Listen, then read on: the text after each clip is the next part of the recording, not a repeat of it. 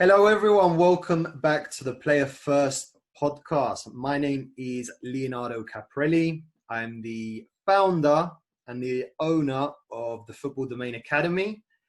And I have here also Coach Fernando, who is the owner and founder of Tiempo Soccer Academy, based all the way in the United States of America. Now, as I presented the show, I had to say Coach Fernando because Coach Fernando has a really, really difficult last name to pronounce. So, Coach Fernando, can you pronounce your last name for us? It's very true. My last name, I've always had issues with people saying my last name, and I get the craziest stuff when I was in school. So I'm of Latino descent, right? I'm Colombian. So how we say it in Spanish is Tibaquira, right? But you know, that's if you throw on the Spanish flair. If you want to say it in English, you gotta just Tibaquira. So it's kind of pronounced how it's spelled. If you will. I don't know if it is. You're having trouble with that one, are you? That's it. Don't worry, you're not the only one. You're not the only one. All right. Okay, so if you are watching this podcast for the first time, let me give you a little insight into why you're watching this, like what is the purpose behind what we're doing. So, as you may know, I am based in London, and we have Coach Fernando based in New York. So we've been friends for a while, and we decided to go on a mission and to create content such as this podcast to try and reach and help and impact a lot of kids worldwide. So we managed to come up with our podcast name last week, which is the Player First podcast, which really represents everything we talk about on this show. So it's all designed to help players become more confident, more disciplined, and basically just to give the player, especially club players who we're mostly focusing on, an education to try and help them on their journey to reaching their goals. Yeah, 100%. Exactly what Coach Leo says. You know, we're here to just help kids. I think you said it. You said the right word: educate. Mm-hmm. Educate club players and educate families the best that we can to help players, you know, along their journey throughout their club soccer experience, whether they have higher aspirations or not, playing in college, professional, an academy in London, you know, whatever it may be. We're here to try to help those players along their journey, help guide them, help be their coaches, even though we can't be there wherever they are. Yeah. So being in two different countries means that you, as the viewer, the listener, gets to get an insight into what goes on not only in the UK but also in the US as well. So we do talk a bit about what's the latest trends in both countries, and we try and make it as fun and educational as possible. Yeah. So today's show, we're going to be talking about building a routine. Okay. Now, my first question to Fernando is, when I say the word building a routine, what comes to mind, or what does it mean to build a routine for you? Yeah, that's a good one. So a routine to me is basically the habits that you build over time, mm-hmm. that you do consistently on like a daily or a weekly or a recurring basis, right? So being able to do, you know, whatever it is, eat, you know, wake up at a certain time, and you do that every day. That's a routine. Mm-hmm. Yeah, perfect. And this topic is quite relevant and is really important, especially during the times we are currently going through, where we have a lot of free time, especially young kids. Right, more specifically, club players have a lot of free time. You know, it's in the USA the same as the UK. Kids have finished school or they're wrapping up school, which means that they haven't got that as a sort of priority now. So they've got free time there. Now the main focus, if you're lucky enough to be back onto the field, is training. Right, focusing on your soccer, football training, and making sure that becomes part of your daily routine so that you're working towards your goals and your targets within the sport. I know personally, when we went into lockdown, this was a topic that I talked to my players when we went on to Zoom. Like, the first topic I spoke to them about was actually building a routine and being as disciplined as they can with the routine, with their days, right? So they're not just sleeping in until 1 p.m. Yeah, 100%. They actually have some sort of structure to their day, which is critical. Yeah. And the feedback I got from a lot of my players was a mixed one. You know, I had some players who were saying to me they wake up really early regardless. So I had some players that will go to bed early, such as 8:30. They're already in bed. Oh, wow. And they're up by 6 a.m. I had others that didn't go to bed until like 3 a.m. So you can imagine what time they're waking up. Right. 24 hours after. Right. So it is a mixture, and every household is obviously different. Now, that's my experience with my players. How has it been for your players over there in the US? Yeah, that's funny that. Yeah. It's funny. That's one of the first things you did with your players. I remember one of the first things I sent out in my newsletter was about making sure that we keep a routine for players, right? Because no school, all of a sudden they didn't have school. All of a sudden they didn't have any soccer practices. Like, everything's shut down, right? So one of the first things I thought of was, like, these kids are not going to know what to do with their time. So that I did something very similar. I talked to my players about building a routine for themselves, something that works for them, right? And I try to get them out of the going to bed at 3 a.m. thing, right? But that's difficult for my teenage players for the most part. But just speaking to them about the importance of building a routine, like you said. And so I think I have some players that do take that a little more seriously, and similar to yours, they get it. Like, they feel more productive after they've done it for a week or so. Like, they actually try something different. They actually like it because they feel better about their day. They feel more accomplished.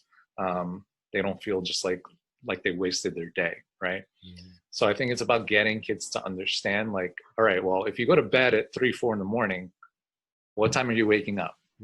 Really late, right? Yeah.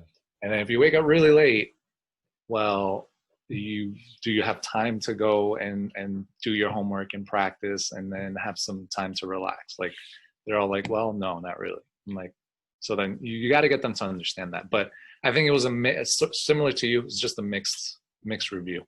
Yeah. With that. Solid. Yeah. Now, I remember something that whenever you talk to kids or young people about this, about building a routine, building a schedule, which is something we're going to talk about a bit later. First thing kids will say to you is, well, if I don't have anything, why should I plan my day? Right. Yeah, that's a good one. They'll just think like, well, I have nothing to do, so yeah, I'm just going to do nothing. Exactly. They're like, I don't have school, I don't have practice, like whatever. Yeah. Which is fine if you don't have any goals or you don't want to achieve things, right? Mm-hmm. Because doing nothing, you're not going to get anywhere. But if you know you want to get better at your game, or you want to just be more productive or feel good about yourself, well, you kind of have to build that schedule. Mm-hmm. Yeah, 100%. Because I don't think you even need to have goals. I just think just the feeling of being productive and, doing something with your day it just makes you feel better. Yes, 100%. It's good for the mind. If you let yourself just do nothing all day, you don't feel good about it. At least I don't feel good about myself, right? Like, I have to find something to be productive about with my day. Even if I have nothing to do, I want to find something that helps me, you know, get better, be a little more productive. Yeah. Yeah. Because I know for me personally, when I used to get into that habit of going to bed late and then waking up maybe 10, 11 a.m. Now, the number one thing that really started to stress me out, and the reason why I changed that habit to trying to get up as early as possible, was because when I was waking up at 10 or 11 a.m., I'd turn on my phone and you get emails from people already. Like, everyone has sent you an email, everyone has sent you a text message, everyone, like, it's like everyone has started 3 or 4 hours ago. Right. You're just starting your day, you know, and it's a really, I used to get stressed about it because you wake up and you're like, oh, I already have stuff to do. Right. You feel behind already. Exactly. That's the word I was trying to find. You feel behind. Now, that was one of the reasons I changed. And that is one of the reasons I always tell my players that the earlier you can wake up, the more you've beaten your teammates, all right, your competition. Because if you wake up at 7 or 8 a.m., right, you've woken up, you can maybe have some breakfast, especially now where you're not going to school. Breakfast, then you can go and train and do like all the harder stuff in the morning. Right. And in the afternoon, you can sort of chill and, you know, waste time like most young people love to do.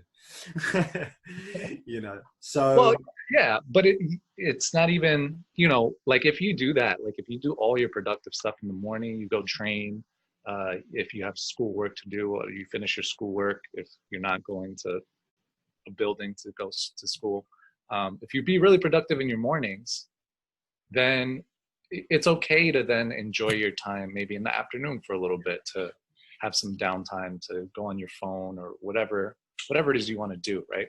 Yeah. But once you have that productivity, you know, that other time that you spend relaxing or chilling out, that's totally cool, because you've already helped yourself get better. You've already helped yourself be productive. And so it's almost like a reward, right? So yeah, it's totally okay to have that time too. The thing you don't want to do is reverse it. Try to just wake up and like not really have an idea of what you're doing and just like waste time, go on your phone, social media, watch YouTube, whatever. Yeah. And then before you know it, you've wasted the first 2, 3, 4 hours of your day. And now you're too lazy to do anything because you just got on that streak, and there goes your day. Yeah. Right. Yeah. So I think it's about starting the day right too. Yeah. So if you're a player watching and you're quite a serious player, then if you do your training in the morning, then you have the rest of the day to sort of do what you want. But get your priorities done in the morning, and then the afternoon you can as you said, you can reward yourself for actually putting the effort in the morning. Yeah, exactly. So exactly, I like it. Okay, Coach Fernando, how would you build a routine? Okay, so if this is someone for the first time is watching and they've got no idea what a routine is, how would you build one? Or someone that wants to build a routine? Yeah. Well, I think it's about deciding what it is you want your day to look like. Yeah. Right? Like deciding, giving yourself an idea of, okay, maybe what are some of the things I need to do consistently, right? Like every day you need to wake up. Every day you need to brush your teeth, shower, eat, right? All these things that you need to do every day. So start planning your days around those things, because you know you have to do those things. Yeah. So what time is it that you want to wake up? Like what time will make you feel good about waking up, right? Around what times do you want to eat breakfast? Do you want to have your first meal? Mm-hmm. Things like that, I would start to think about first. So that way you start to get like the bones of your day, right? And what I would say too is sometimes, you can't just, like, let's say there's a kid that's going to bed at 3 a.m., right? And they hate it. They want to go to bed earlier because they want to wake up early. Like, they don't feel good about that. It's going to be really hard to go from 3 a.m. to 10 p.m. all of a sudden, right? It's not going to happen like that. So if you have that type of schedule and you want to make bigger changes, it's okay to do it slowly, to build over time, because it takes time to build habits. It takes time to build routines. Yeah. But anyway, that's where I would start. What would you say? Yeah, no, 100%. I think the first step to it is knowing what you're doing the next day, right? So yeah, that's a good one. If you know you've got training tomorrow, know what time you have training. Right. That's always helpful. Right. And some kids have no idea. And if you're a teenager, especially a teenager watching this, or 12 years old and older, to those players, I like to treat those players like adults, because they're little adults, right? At that age, they're little adults. I know they're still kids, right? But they're going to be adults. We have to start treating them like adults a little bit. They should know what time they have training, right? They should know, wait, what time's my training tomorrow? Okay, that's right. I got to go there. I got to be here at that time. Mm-hmm. So that's 100% true. Yeah. So knowing that's a step, right? Knowing what you have on the next day. Right. So knowing what time you have training, what time you usually have lunch, what time you should be having breakfast, so those sort of just very simple but fundamental things are a great way to begin with. Yep. And I'd start really simple. Start with your wake up time. Yeah. I would just focus on just building your wake up time. And then as Coach Leo said, start with the things that you have tomorrow. So if you have training, okay, I know I have training at 6 o'clock. I have to do that. I have to be ready for training by 5:30, whatever it is. And then also start with, what time do you want to start waking up, and start building towards that time, right? So I would start really simple with those things and then start building it over time. Yeah, 100%. And then something I like to do, which I would recommend it to players as well, get a piece of paper and break down your day in hours. So write down 7 a.m., 8 a.m., 9 a.m., etc. Right. From the moment you wake up to the moment you go to bed, and write down what you're doing within those hours. So right, yeah. If at 9 a.m. you usually have breakfast, then just write breakfast, 9 a.m. If you have lunch at 1 p.m., write down lunch, and just keep it as simple as possible. But at least when you wake up, you can see that piece of paper and that you have some sort of structure to your day, which is what we're trying to talk about, is how to build structure away from the field, ultimately. Yeah, you said a key word there, structure. Yeah. Because I think a lot of kids, they thrive when they have a structure about their day, when they know what things will kind of look like, when they kind of have an idea, even just related but unrelated, even just like as a coach, sometimes I try to even set the expectations for what maybe the next session will look like.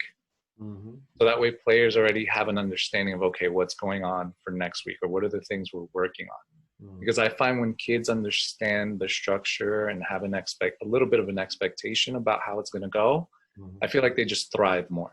They're just more engaged. When things are a little more predictable for them, I just feel like they feel more engaged. Yeah. So I think structure is really, really big. That's a really good point. Yeah. That I think kids need. They thrive on structure. 100%. And you're right. Yeah, kids love structure. They love to know what time it is. How long do we have left for the session? Right. All of these little things are structure. Yeah. Oh, coach, how long do we have left? Right. Yeah, I always get that. Yeah. sometimes you're thinking, is that a good thing or is that a bad thing? Right. Right. 'Cause you don't know if they're asking like, Coach, I'm tired, I got to go home. Or like, Coach, wait, do we have more? You know, sometimes you don't know. Yeah. Or Coach, I'm bored. Right. Or session is whack, man. Yeah, it's true. They'll give you the feedback. Yeah. Kids aren't afraid. So another thing that I recently learned this a few weeks ago that I like to do now, and I found it works well for me, and it might work well for some of the players or even some of the parents out there. It's called the 1-3-5 method of how to make a to-do list.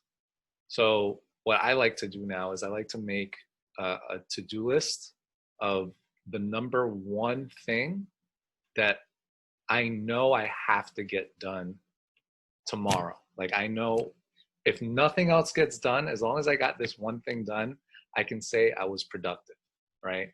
So for example, right now for me that I'm running sessions, it's just run a quality session. Like, that's my top goal, right? Like, as long as I run a quality session today, I could feel good, even if nothing else gets done, right? And then the 3 is like 3 medium things that you want to get done. And maybe these things take a little bit more time. Maybe you can't get them done in one day, but they're still important. You want to get them done within the next couple days, right? So for example, for me, sometimes that's planning sessions. Like, I know I got to start planning for the following week or the week after that. Or maybe sometimes I spend time writing my emails and my newsletters to my audience. So it'll be write my newsletters, things like that maybe don't need to get done right away, but within the next day or two or a couple days, they should get done. And then the 5, the last one, is basically like your things to do to still be productive when maybe you're having some downtime. So like little small things that you should be doing. Like for me, it'd be checking my emails, you know, making sure I'm responding to anyone that sends me an email and things like that. Or what's another one? Or sometimes I'll have read on there. Like, I just want to make sure, like, if I'm not doing anything, like maybe I should read instead, right? So things like that.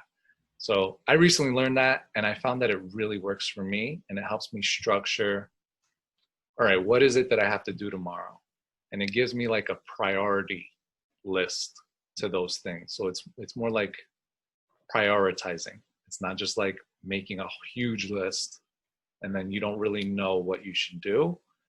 It's about prioritizing those things, and it helps. It's worked for me so far.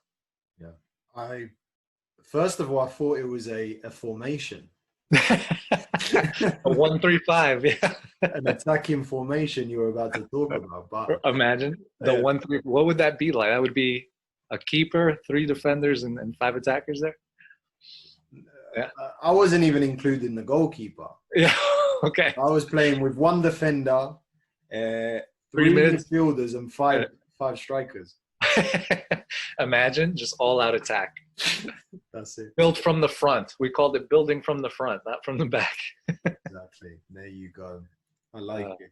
And I think that is a very simple way to look at it, because sometimes we do overcomplicate our routine. Yeah. Sometimes, you know, and at the end of the day, there's not really one magical formula to it. Correct. You have to do what works for you. Yes. Because everyone's day is different. Yep. So what works for you isn't going to work for me, because I do different things. Right. And that's 100% right. I think that's the key takeaway for kids and parents. You got to find something that works for you, and don't be afraid to try different things. And find what works for you, you know, and you can adjust your routines and your habits with time. Yeah. Because sometimes we always look for the perfect routine, right? We always want to mimic what maybe the successful are doing. Right. But the truth is, they have different days to us and a different lifestyle. So it's important. But I think regardless of how you do it, planning and plan it is fundamental. Yeah. And that is definitely something that should be done, because it's just visual, right? You can see it. Right. Right. And what, I mean, what's that saying? Failing to plan is planning to fail. Yeah. Right. That's the same thing with trying to build out a schedule or a routine or anything you do, right? If you don't take some time to plan what it should look like or what you want it to be like, it's not gonna, you're just setting yourself up to fail. Yeah, 100%, 100%. So the third point to building a routine, and probably the most important one, I would say, is consistency. Yeah. And this is probably one we all struggle with. Yeah, 100%. 100%. Consistency, I think, is what develops winners. Yeah, yeah. And I think that's why you can't be afraid to try different things with your routines, to find out what you, like we said, what works for you, which basically means what can you be consistent with? Yeah. Right? What can you stick to consistently, not just for a week or a month, but can you stick with this for several months, right? Can you stick with this for a couple of years even, right? What do you find that, all right, yeah, I can do this, like this works for me, and be consistent with it, right? And it may take time to build that, but like we said, keep trying things until you can be consistent. Because if you just do something for a day or a couple of days or a couple of weeks and then it fades, and then you go back to just not trying again or whatever it is, then obviously you're not going to make those changes for you to be more productive about your days. Mm-hmm. Yeah. And also, you're, sorry to interrupt you, you're, what I see your shirt right there, right across, right? Discipline, right? Discipline always wins. I love that. Mm-hmm. Right? So I think discipline also comes into play here too, but yeah. Yeah. But it's also to help with consistency. I think you have to plan or structure something which is quite fun and sort of easy to do, shall we say, because if you overcomplicate it, you're more likely to fail and to give up. True. Personally, I've seen this with diets. Yeah. Sometimes we overcomplicate diets to the point where we do it for 1 or 2 days and then we're like, oh, this is too much effort. Right. That's very true. That's very true. I think a lot of people struggle with diets. Yeah. And that's the reason why they can't, they try to be so, they try to make such a big change and, you know, cut something completely out of their diet that they can't be consistent with. And after a week or two, they're like, yeah, no, screw that. And then they just go back. Yeah. And so it's about making little changes that you can be consistent with. Exactly. Yeah. And just making it fun. So that motivates you to do it. Because I think once you start being consistent, you'll develop that discipline, because it just becomes natural. You just do it. 100%. Regardless. So cool. Excellent. All right, Fernando, fantastic. Anything else to add on this topic? No, I think we hit it right there at the end. Just being, it's not about making big drastic changes and going from all the way from here to having no routine to all of a sudden having the perfect routine that doesn't exist. Mm-hmm. It's just about finding what works for you. Yeah. Making small changes, very small changes, a little bit at a time, so that you can be consistent over time, because consistency wins, right? Consistency wins in the long term. So make small changes, be consistent, find what works for you, and that's it. And maybe the to-do list will help you, or like Coach Leo said, scheduling a time for everything, that'll help you find what works for you. Yeah. Perfect. Awesome.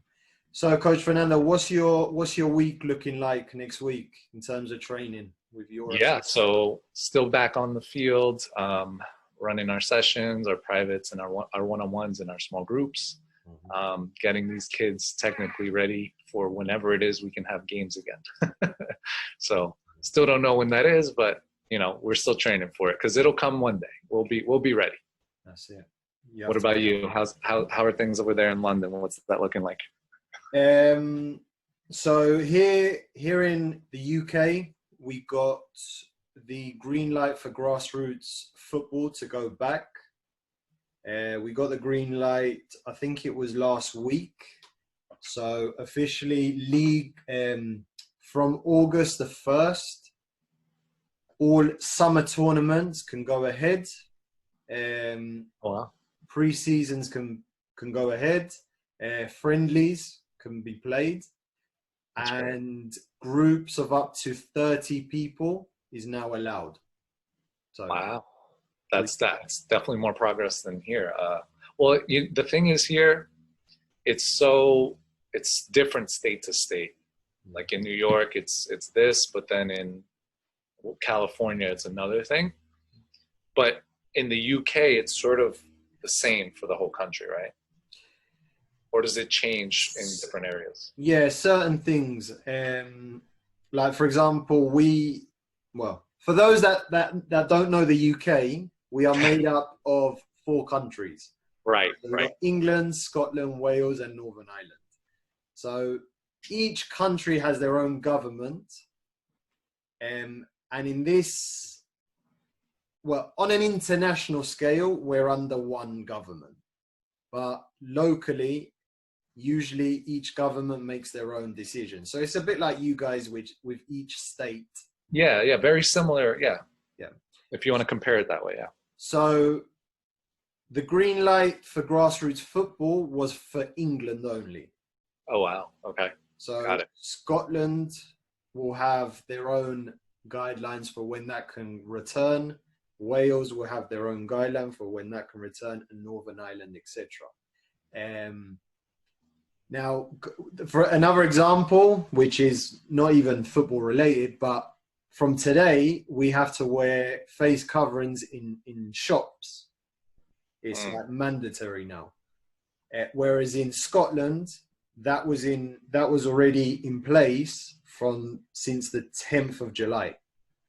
Got it. So that's where you can see the difference between the 2 countries. Got it. Well, between all the countries. Right. But yeah, no, in terms of going back to what you were asking, so in terms of grassroots, it's all looking positive. Now, the youth leagues all start in September. We don't know whether it's going to start in September or that might be moved back to October. Just because of, it's like pre-season's been stretched. Pre-season's been moved, so it's just like start a month later. But we don't know yet, because there's also talks of a second wave. So will that affect grassroots football? We don't know. But at the moment, it's all going back to normal progression, as you said. But as we've seen the last few months, it can all change like that. No, I know that's the thing, you don't know. And I know here in the US and in New York specifically, I know that they already delayed high school sports until the end of September.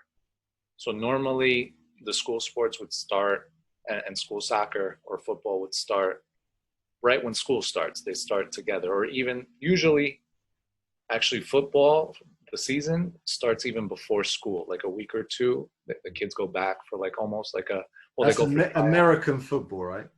No, American and our football, both. And our football, okay. Yeah. So both play in the same seasons. They both play in the fall for the school. Yeah.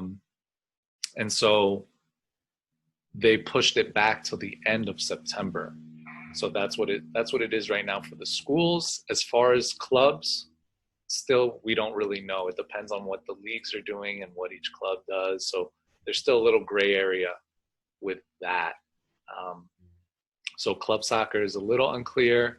Schools, late September. And actually next week, I believe the governor of New York is going to make his announcements about what the plans are for the states, for the schools, for public schools, if they're going to return in person, online, what the deal is. So we'll see. So hopefully by next week or in 2 weeks, I'll have a better update for everybody on what's going on over here. Nice. I like it. Okay. Yeah. Okay. Good stuff. So if you've enjoyed or you like what you've seen today, right, give our channel on YouTube. So if you're watching it from Coach Fernando's Academy's YouTube page, give Fernando's Academy a follow, subscribe to his channel. Same on mine. So if you follow the Football Domain Academy, subscribe to our channel so you can stay up to date with all the content we put out. And what we'll do, if you want to connect with Fernando or myself and ask us questions about the UK, the US, we are always open to questions. We love questions and we want to help as much as we can. So we'll leave all our social media links, that's the word. somewhere on this video we'll leave on the video we'll leave it so you can connect with us. Yes, absolutely. If you want. Okay. Yeah, well, yeah, absolutely. We're here to help you guys, like we said in the beginning, so send us your messages, send us your questions. We're always looking for what are the things that are helpful to our players and to our parents. Super. All right, Fernando, have a lovely weekend and a great week, and I'll see you next week. Sounds good, brother. I'll catch you next week. Take care. See ya.